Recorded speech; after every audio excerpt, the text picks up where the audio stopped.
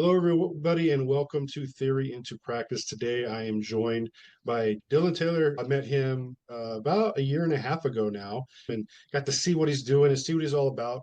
And I thought that today would be a great opportunity to bring that to you. The amount of work that he puts into leadership, self-development, and the development of others, I thought was very beneficial. So before we go on any further, welcome to the show, Dillon. Hey, thanks, Dan. I appreciate the chance to chat with you and for elevating these types of discussions and pushing. Absolutely. I appreciate you taking the time too. I know you're very busy, and we were just talking before we hit the record of all the things we got going on, what we're doing. Time is our most valuable asset, and I do appreciate you giving me some of that today.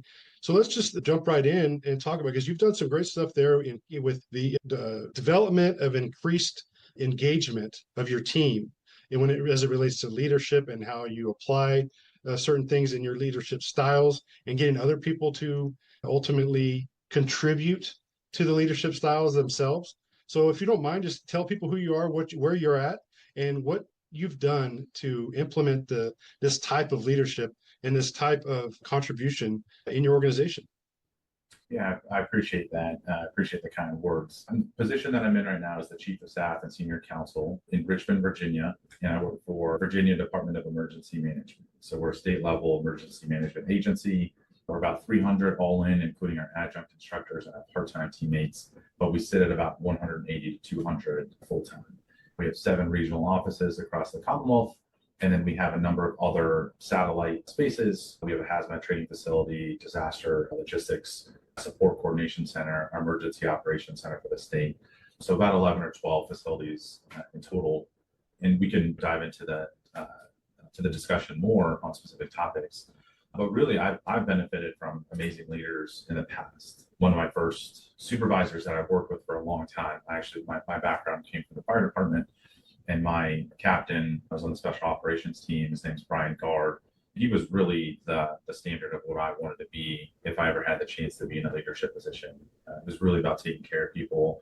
We bring our full selves to the job, so you can't, this is what we do at work, and this is who we are after work. They're interconnected. And what we do is really valuable, but it's also really stressful. So he was one of the first people I saw that he took care of the whole person instead of just who you are when you show up to work. And I thought that was really something that I wanted to aim for if I was ever in the position to do so. I benefited in this current role from a number of amazing leaders. And really it's about the way I see leadership in my position specifically is learning more from my teammates than vice versa.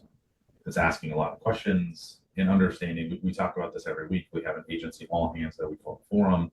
And the idea is that you get everyone to the table. If the table's not big enough, build a bigger table. If they can't get in the room, get them on the phone.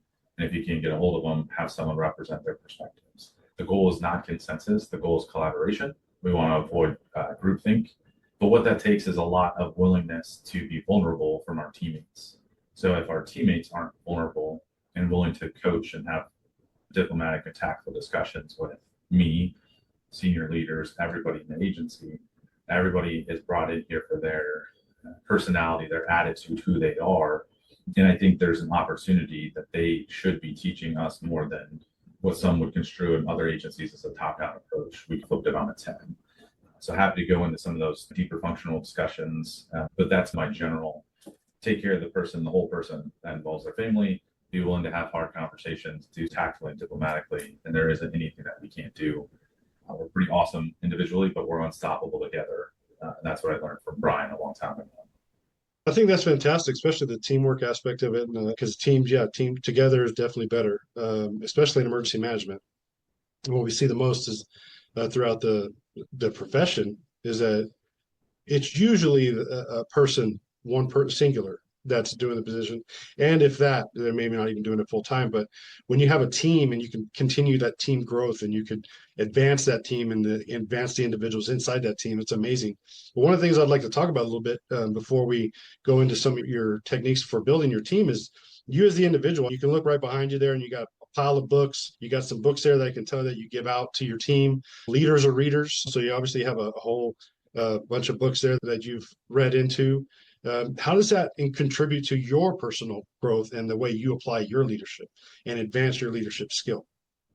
Yeah, and I appreciate they are not just there to make it look like I to try to take bits and pieces from each book. And we're a learning agency, we're a learning team. So when I moved into this, I'll give everyone a little bit of boring background, but I was in the fire department. I just started my 10th year. I was in Southern Arizona. I had met my wife. I'd grown up there, spent 30 years there, and decided to go to law school. So I made a career transition, moved to the East Coast, spent time in New York and Virginia, DC, and then practiced as a federal attorney. I moved to this position or to this agency in 2018. I was more in that legislative affairs, government affairs space, having worked as an attorney, and then started this chief of staff position in January 2020. I say all that because at every stage of my career, I felt unprepared and in awe of what people knew.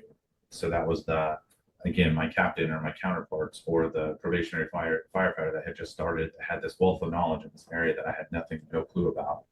So what I became comfortable with early on and sought out, I still do, is putting myself in situations or identifying situations where I'm not anywhere near the smartest person in the room and that I feel out of my element. And that's when I start really feeling, okay, this is the right spot where I should be, because it's pushing myself to learn something, to be vulnerable, using that word again, expand how I'm thinking about things. So give that background to show that, hey, if you're interested in something, pursue it, right? If you have a career and it may be at the point where you're looking for a change, invest in yourself, believe in yourself and do it, and put yourself in awkward situations where you may not know anything. Like, it was my first semester, most of my classmates had PhDs in some kind of hard science, and they were intellectual property, seeking patent attorney positions. I knew nothing about any of that stuff, but I forced myself into those conversations to listen and ask questions and learn and see it from their perspectives. And when I moved into this agency, our team does incredible stuff. They're incredible people, and they know so much about so much. And I, again, felt way out of my league. And so I adopted was this approach. I don't remember who I heard it from, but the goal is a book a week. So I've been doing that for about 6 years now. I try to do at least a book a week. Sometimes it's less, sometimes it's more. Mostly I do Audible books, a couple different programs, because I have 3 little kids. I have a 2-year-old, a 4-year-old, and a 7-year-old. And sometimes it's easier just to put an earbud in when they're going to bed and just take an hour just wherever you can. So that's a foundational piece. And then the goal is to try to, and I had some friends that went to some of the service academies, and how they were taught as their plebe year or their first year was to read the New York Times, the Wall Street Journal every day, and be able to reiterate back to a senior officer the key points of every article. And so I started doing that too in preparation for law school, and it really helps synthesize the key points of something, and you start getting used to the cadence of how information is processed and how information is shared. With that, it was like, okay, what else can I do? And trying to seek out other opportunities to, again, feel awkward, be out of my element. And that turned into some leadership opportunities, leadership training opportunities through Vanguard, Naval Postgraduate School. Harvard has a couple programs I've just been lucky enough to be a part of. And then most recently, and where I am now in a program, is the Aspen Strategy Group, which is more of a connecting all the dots from the journalist perspective, national security, homeland defense, in the defense industry for technology, private sector. So it's again, a lot of these things I just don't know much about. I'm learning as I go. And yeah, again, happy to talk about any of the specifics, but that's the overarching goal. Put yourself in situations that are unique or novel, and that you don't know what you're talking about or what other people are talking about, and then try to figure out how to make those connections. Read or listen as much as you can, and then try to apply what you've learned to what you're doing and be able to reiterate that and apply it daily, and then seek out other opportunities to grow in a leadership capacity, because ultimately we're here to protect people's lives, and it's a responsibility. And if we're not taking it seriously, we're failing them. And that's anybody that we have a chance to improve their worst day. It's incumbent on us to make sure we're taking that seriously. Yeah, I 100% agree. It's one of the reasons why I do what I do here. It's ultimately boils down to the saying that I heard, or I continue to hear it all the time now, which is ultimately turning decades into days, which is ultimately learning from those who have done it already to avoid the mistakes that they made in doing so. And that a lot of that comes from books, to learn from those who have put their experience into words so that you could read, but also going to conferences and watching or listening to podcasts or whatever. You're hearing from these individuals that have done it, they've experienced it, and there, but ultimately you can learn what to avoid and how to do it right the first time. So decades into days is one of my, it's almost a daily thing that I continue to iterate to myself, but I hear it all the time now from those that I'm either following, watching, listening to, as they're talking about that decades into days. You want to turn that time, you want to shorten the amount of time it takes to get that experience by learning from others. And a lot of that comes from books, comes from classes, comes from courses that you take, comes from podcasts and watching presentations.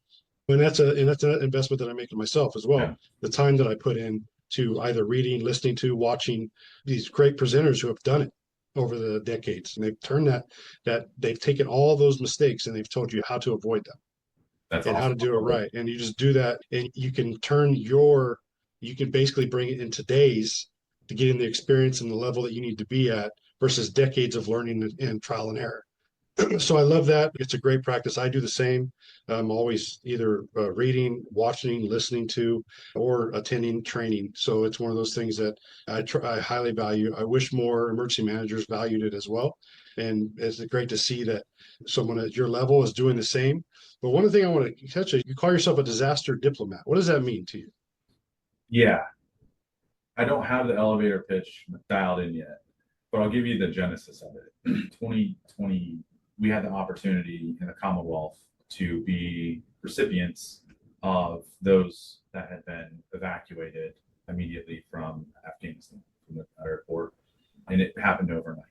And so the position that I was fortunate enough to be in was to be the senior liaison or the liaison to the State Department.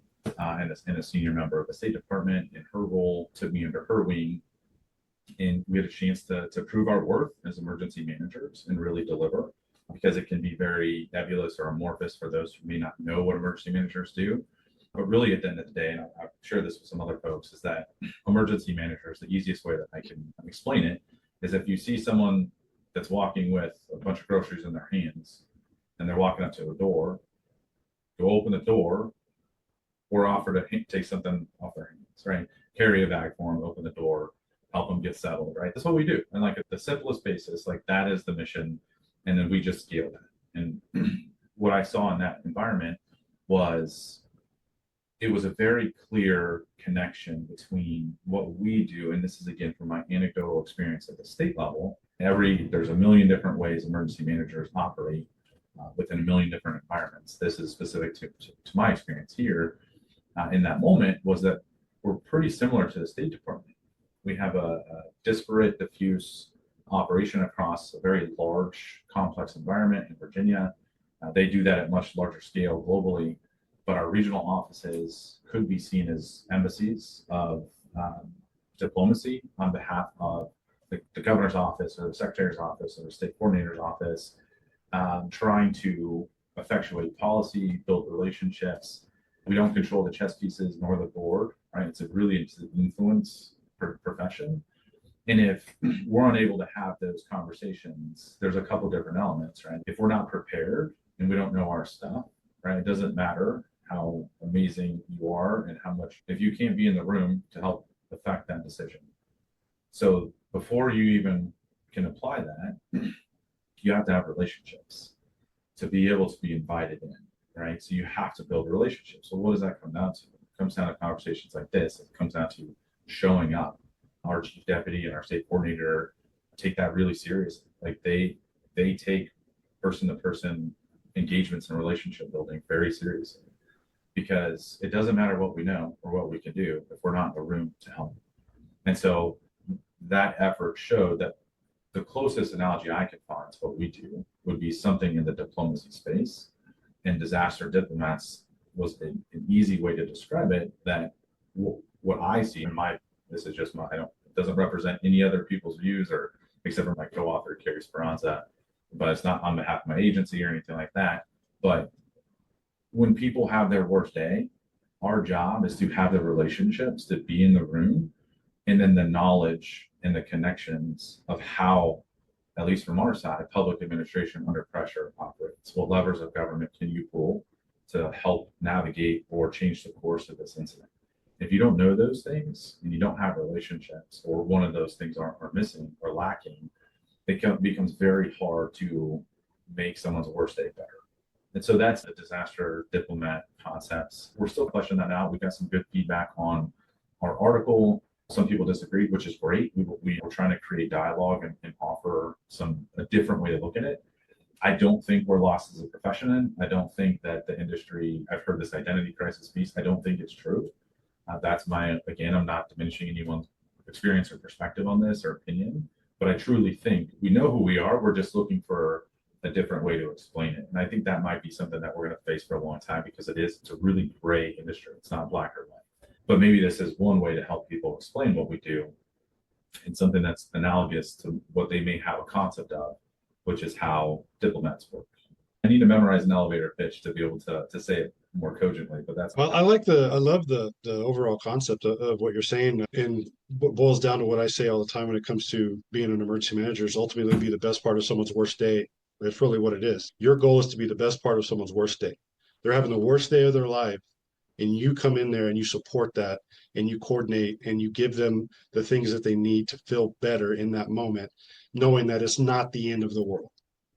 So right. they may have lost everything, and you can't go in there and say it's God's will. No, but you could be in there. You can go in there and you could listen and you can support and you can coordinate the effort that's going to take to help get them started on the road towards making them whole. So you be the best part of someone's worst day. I love that. So I absolutely love decades that. into days and best part of someone's worst day. I'm taking some nuggets home. Awesome. Yeah, it boils down to what you were just saying. You just put it in. You want to, when in their worst day, you want to be the best part of that. And ultimately, I love that the disaster diplomat. I might even start calling myself that. It's pretty awesome. It's a pretty good phrase. So I love it. When it comes down to expanding on that, how do we spread that message to being that for those that we serve? Do you have a kind of a synopsis on what maybe the practice of what it takes to be that for somebody experiencing the worst day of their lives? Yeah, it's a good question. And it's something that what we hope to do is provide something like this in the future of, hey, here's some general concepts, or here's 10 or 12 or 20 steps or vignettes or anecdotes that replicate or represent or apply what we're trying to proffer in terms of a different way of looking at what we do. What I've seen here in some of the pieces that I was taking notes for our discussion was there's a long background on this, but in 2014, the agency went through a really big reorganization to push us forward, to be proactive emergency managers, and that had to look different based on emerging threats and just the environment, how we're interconnected. So that was 7 regional offices instead of 1. A large percentage of our headquarters was moved out to the regions, all before I got here, but moved to regional offices so that we could have a larger surface area with one of our main customer bases, which is our local emergency managers. So we have 139 local emergency management programs in Virginia. And it's really hard to help effectuate a relationship when you're 6 hours away. And so that helped us. We inherited a structure that had already been created to extend the footprint to as close as we can to those we serve. So I think we benefited from that huge restructure. And then our job was really to take it to the next level. And so what the goal was about 4 years ago was to connect and build that relationship between our regional offices and our headquarters team, and then internal process improvement. And we can walk through a million of those things that resulted or benefited from this effort.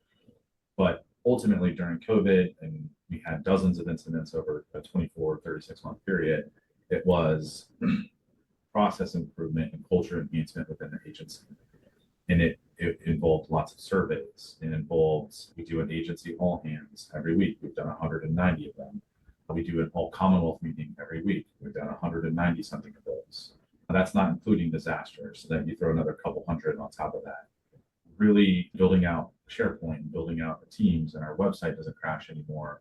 So it was getting back to the fundamentals. You can't really do that unless everyone has a sense of what everyone else is doing. So we use a number of kind of methodologies through team of teams, turn the ship around, 4 disciplines of execution, hack your bureaucracy, you're it, and the devil never sleeps. There's pieces of each one of those, I think 6 books or methodologies that we've applied. And what that looks like, and this has taken us 4 years to get here. It took about 2.5 years to get to a tipping point, but where we are now, this looks like an automated system where you can update your brief out from your phone. You can brief out virtually. We're all connected. Hey, Daniel comes up and says, hey, I have an idea. Well, what do you need to accomplish it? I could probably use this and this. Someone else that's online says, hey, Daniel, I'm actually working this right now. Let's connect afterwards and we'll get synced up so that you can borrow some of our resources or we can cut out some of the inefficiencies there. When you do that for 190 times, 190 weeks, and you start driving, you start seeing what everyone else is doing. And it's really hard then to make a decision that is adverse or you're unaware of how it impacts others. I do think, and there's multiple sub layers of each one of these things, but ultimately trying to find a way for us to be disaster diplomats would be getting our house in order, getting our process and policies in order, making our team more connected and efficient and effective. Because if we don't have those things dialed in, it's really hard for us when we show up to give it our best and to give it our all and to be an effective responding course support or coordination agency. We do all of those functions. And there's this also piece that we've talked about a lot recently where we have a monopoly on emergency management in Virginia. And that monopoly, people on their worst day don't get to pick who shows up. That's our responsibility. It's a huge public trust that people put in us. And it's our responsibility to be the best we can be, not only with taxpayer dollars, but how we operate as a team and an agency. So I think in order to be a disaster diplomat, there's a whole foundation of things that have to come together. And you have to be willing to do it over the long term, have hard discussions, do it tactfully, do it diplomatically. Lots of coaching, and that is peers coaching me. There's folks that would be on a different part of the org chart coaching me, providing we put people in an environment where they're together and that peer accountability starts happening. And after a while, a large part of our meetings are people thanking others for their help in a project that affected someone else. It doesn't answer your question directly, but I think it's a lot of the work that goes in behind the scenes that when we are showing up as disaster diplomats, again, it's just my term. It doesn't represent any views of my agency or the government I work for. But that day we show up is based on years worth of work that no one else is going to see. And one of those results would be we manage about 1.7 billion, a little bit more than that in disaster funding, and we've had 0 audit findings for 5 years. That's a huge effort across local, state, federal. And those are the things where now we can show up as trusted messengers and agents, because again, we got to build that trust. But when we show up and we are in the room, our data is legit and our numbers work and our information is helpful. So those are some of the elements. Again, not the most cogent explanation, but I think it's the pre-work. I like that very much. And I think it's a combined, it's one of those things of the combined consistency that takes place. And ultimately you have collaborative effort and collaborative contribution that boils down to the consistency that continue to, you like said, you continue to meet all the time. So you're meeting weekly, you have that level of that contribution that goes with that. So I know we're coming up on our time because you have other thing you got to do for your job, and I appreciate you giving me your time. But one of the last thing I'd like to really focus on here is contribution. Yeah. So as I mentioned previously, you as the individual, you're great. You're a great leader. You're great. But let's talk about what you've done for yourself to actually contribute to the field of emergency management when it comes to all the reading, the education. You just got your master's from the Center for Homeland Defense and Security. Congratulations on that, by thanks. the way. I was in the certificate program, not the master's. You got the. I'm sorry, you did what? I was in the executive leaders program. Executive leaders program was still very impressive. The executive leaders program itself is a very impressive program. I'm actually trying to get into it myself. Oh. The stuff you're doing to be able to contribute at a higher level and to be better yourself. How is it that we can really drive the everyday emergency manager to really be that for themselves, to strive for that excellence so that they can be the best they can be when it comes to contributing to the communities in which they serve? Yeah, I appreciate the kind words, and for you doing what you're doing. Again, right? It's really you're shining a light on a lot of really important things. So I think emergency managers are inherently doing that. I think that they are public servants at heart. Certainly not going for the most lucrative business, right? Based on the skill sets our teammates have, they could make lots of money doing something else, right? but they're here for a reason. It's taking care of people. Again, public service is a public trust, and we take that very seriously. So I think we start out with a group of people that they're inherently inclined towards public service. What I found is that a lot of people are doing a lot of individual work. We're also not the type of people, and you can look at my LinkedIn and call my bluff on this, where we go out and seek attention for our accolades. So we have a ton of teammates that have internally done incredible stuff, and they're not the ones that go out and post them anywhere. It's my job, based on the role that I'm in, to spotlight those folks, right? So that we can all see that everyone is really doing this. It just looks different for everyone based on their personal life, their work life, the other interests that they have. But we have a number of teammates that finished their master's program or got their CEM recently, and they're super humble. They wouldn't tell anyone, so it was up to their supervisor to, on our weekly call, hey, by the way, so-and-so got their CEM and master's, and they're not the kind of people that would have told them. So I think, to answer one of those pieces, it's up to those who know that others are doing it. It's to pat them on the back and give them a public kudos.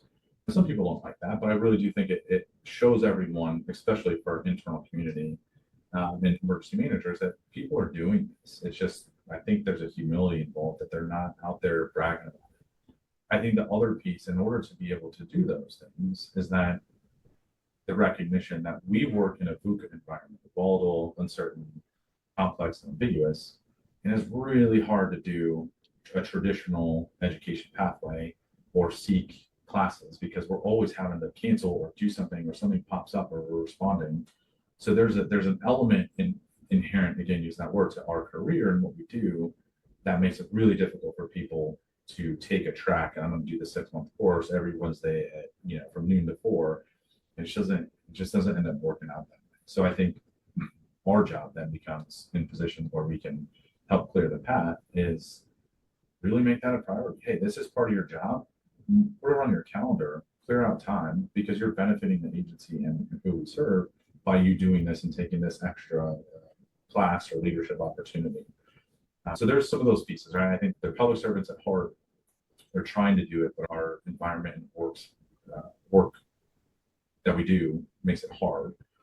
And I think the other piece too is that those that have the ability, I think, have a responsibility to then give back, shape the dialogue, offer their thoughts, like you said, and turn decades into days. My dad, when I started the fire department, said, be wary of those with 20 years of experience, because it could be 1 year of experience 20 times.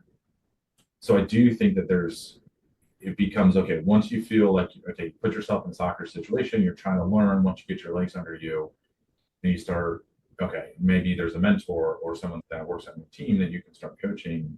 But then I think there's just this, okay, the natural, and this is what I've seen from my peers and colleagues that we work with and our teammates, is that then they're seeking what that next thing looks like. For me, that looks like volunteering, working on boards, advising boards. It's all volunteer. Writing, going to class when I can. Again, because I'm lucky enough to have agency leadership and teammates that support and cover me while I'm gone doing those things. So there's an aspect of this that really comes down to luck and just where you are, too, that I have to be very cognizant of. That it's not like that for everybody. But at some point, our job is we have so much turnover in our field because people get burned out, is that part of this then becomes, hey, it's not about just the education and the material and the expertise. It's about the human to human, right? We got to help our own folks just as much as more than we're the kind of people that put the oxygen mask on the person next to us before ourselves, where we got to take care of that whole human that we work with, that whole teammate, right? Their personal life and professional life. And those conversations are not easy, right? And a lot of people, it just feels weird and it's vulnerable, and they maybe steer away from it. And I would think that one of the things I would say is that lean into it. It's okay to feel awkward. It's okay to feel uncomfortable. Be tactful, be respectful, try to meet people where they are. And one of those things that we saw, this was at the height of COVID, was that we had a lot of stressed out people. And coming from a background where I've lost friends to suicide, was that I was really afraid that was going to happen. So we bought Headspace for the entire agency. Everyone gets a license when they join our agency. It's free. We encourage it. We've done a bunch of sessions on it. It's all, the data is anonymized, it's aggregated. So we wouldn't want to know who's using it, but it gives themes, and tends to be sleep is one of those. or difficulty sleeping. And we've heard feedback from our teammates that really helped them get through hard times. We have a peer support group that has been stood up because they've been empowered to do. So I think there's these evolving things where it moves from you're learning your own piece, you then are coaching others, to then bringing them in as a whole person and then trying to make their personal life and their experience as a human and the agency much better. And then it's just this natural, right? Because then what do they help those that they serve? They're opening doors, they're taking people's groceries out of their arms to help them lighten the load, right? And then it's just this full circle goes back. So I don't see that anything is disconnected. We're all connected in the whole world. And again, going back to Afghanistan, Operations Allies Welcome, in a 12-hour period, we went from serving Virginians to serving folks that had just been evacuated from a war zone and kids that were put on a C-130 and flown across the world to a land they've never seen in a language they don't speak. And that's pretty darn cool to get to do that. And overnight, the whole world's connected. I don't know if I answered any of your question on that one, but those are my thoughts. I think it is pretty subjective, the question and the answer too. It could be different for everybody. One of the ways that I promote it is by marketing. I feel like marketing is what we all need to embrace as it relates to not only the profession, but us as the individual. And we need to be able to market ourselves to our organization, to our communities, to our profession, our colleagues, our everything. We need to and I think that boils down to just letting people to know what it is that we do. Right. And we don't do that nearly enough. And sometimes it does boil down to, okay, I'm not asking you to brag. I'm just asking you to tell people what you've done and what you're doing and how it not only benefits them, but how it ultimately they can contribute to the effort. Yeah. And I think for me, that's an ongoing message that I'll continue to push as far as being a marketer in what we do. It's not about bragging. It's about telling people what you're doing and who they have as well. If you get a CEM, you need to be proud of that. And you need to tell your organization, hey, I just got my CEM. You need to tell your colleagues, I just got my CEM, because that means something. It actually means something for you as the professional, but as for the profession grows forward, that we have more credentialed individuals doing the job, right? And if for an organization to say, we have a certified emergency manager in our office, that means something. So that's important. Or I just got my degree in emergency management. That means something. I just got my just finished the executive leaders program from the Naval Postgraduate School. That means something. And ultimately, you have to let people know that, because you're the example. And ultimately, more people may not know that exists. They may not know, oh, you can go get certified as an emergency manager. You can go to the executive leaders program. There's EMI, there's CDP, there's CTOS. They don't know about them if you don't tell them. And I think that we need to be more of that voice for what it is that we do, how we do it, why it's beneficial, and how it benefits the people in which we serve. And I think that's an ongoing message. And I see you're doing it. You're actively doing it in what you do. You're actively doing it how you contribute. And outside of your organization, with volunteering on boards and writing papers, that's all contribution to not only yourself, but also the field and the professionals that do the job. It helped them be better. So I just want to put that light on you. Thank you for that. Thank you for what you're doing on a continual daily basis by serving not only the state, but the other emergency managers that reside in that state, but those that are in your organization. Take care of those people. That means more to them than the world that you would think of, even if they don't express it, because you know what it means. They might not know what it means, but you know what it means. So that means something. And we need to get behind that message that what we do matters and how we contribute matters. And the more we invest in ourselves, the more we can invest in others. And being that, I see it, and that's one of the reasons I want to have you on the show. I've heard little things, touched on little things that we could potentially have we could talk for hours on this stuff. But ultimately, I could set up a whole nother thing where we just talk about that. But I totally plan to. It's just the level that we give, not only to ourselves, but to those we serve, is really the contribution in which I want to be. I want to leave behind. I want to be a man of service, a person of service, and I want other people to follow in that and be a person of service, whether they're man, woman, they, whatever. They want to contribute, let them contribute, but contribute in a way that makes sense and it matters to others. And I think that as emergency managers, there's no higher calling because of the responsibilities that we have and the impacts that it has on the decisions that we make or do not make. They directly impact others, whether it's seen or not. They directly impacts others, potential of their lives, their livelihoods, their properties, and the environment.